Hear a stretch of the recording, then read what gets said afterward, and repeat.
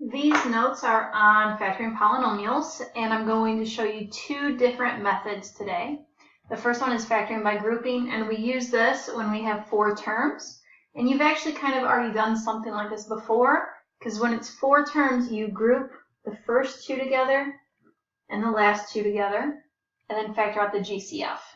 So let me zoom in a little bit. So the GCF of 25x cubed plus 5x squared is 5x squared, and then 25 divided by 5 is 5, and then for the x's, 3 minus 2 is 1. So it's 5x plus, and then this is the same thing, but we do need a placeholder there, so it'll just be 1. Okay, over here, my GCF is going to be a positive 6. Left inside is 5x plus 1. 30x divided by 6 is that 5x. At this point, these two should match, which they do. So 5x plus 1 is one of my answers, and the other one is 5x squared plus 6.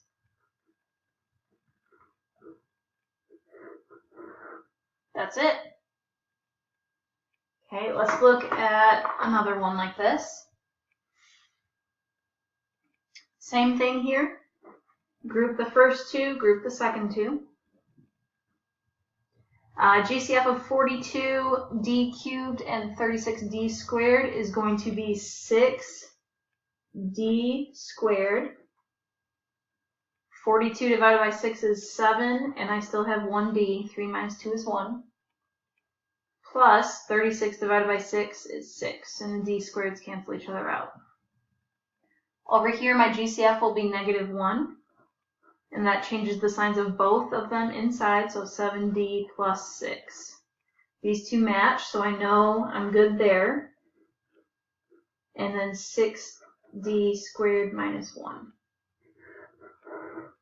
Okay, hopefully that's not too bad since you've done all of this before. It's just before we had a few steps before it.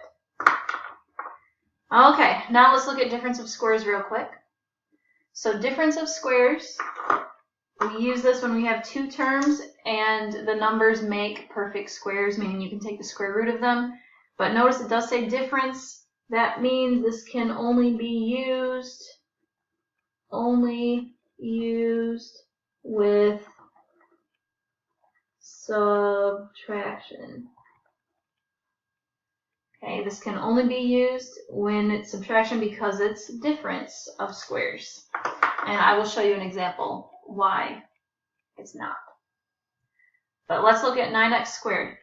So, for all of these, you're going to make two sets of parentheses, put a plus in one of them and a minus in one of them. You could put the minus first if you want to. Now, I do the square root of 9. Square root of 9 is 3, so a 3 goes here, and the 3 goes here. Square root of x squared basically means I'm dividing that 2 in half. So I have 1x here and an x there. And then the square root of 1 is a positive 1 and technically a negative 1. That's your answer. And if you're wondering how that works, if I multiply it back out, you don't have to write this part down. If I multiply it back out, 3x times 3x is 9x squared. 3x times negative 1 is negative 3x. Here is positive 3x. 1 times negative 1 is negative 1. Two middle terms cancel out. Leaves me with 9x squared minus 1, which is what we started with. Okay, let's look at another one.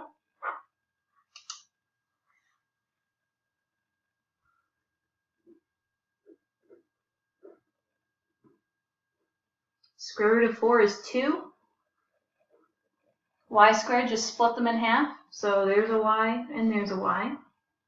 Square root of 49 is 7. That's it. Okay. Some of you like to overcomplicate things, but this one, I don't know how you can overcomplicate it, to be honest with you. Number 5. 25m squared plus 16n to the 4th. That's addition. That means this is not factorable. If it had a GCF or something to take out, we could do that, but in this case, there's nothing we can do. So that one is just not factorable.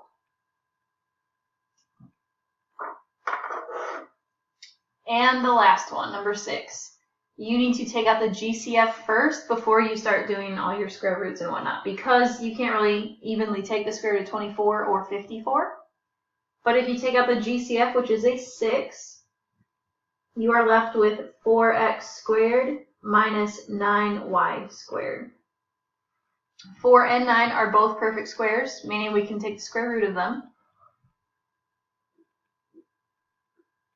And so that 6 needs to be in front of all of your parentheses. Square root of 4 is 2, and then x squared, just split it in half.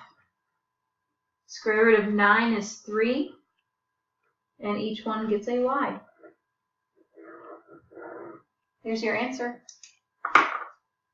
So that is it for the notes for today. Hopefully those were not too bad, but let me know if you have any questions.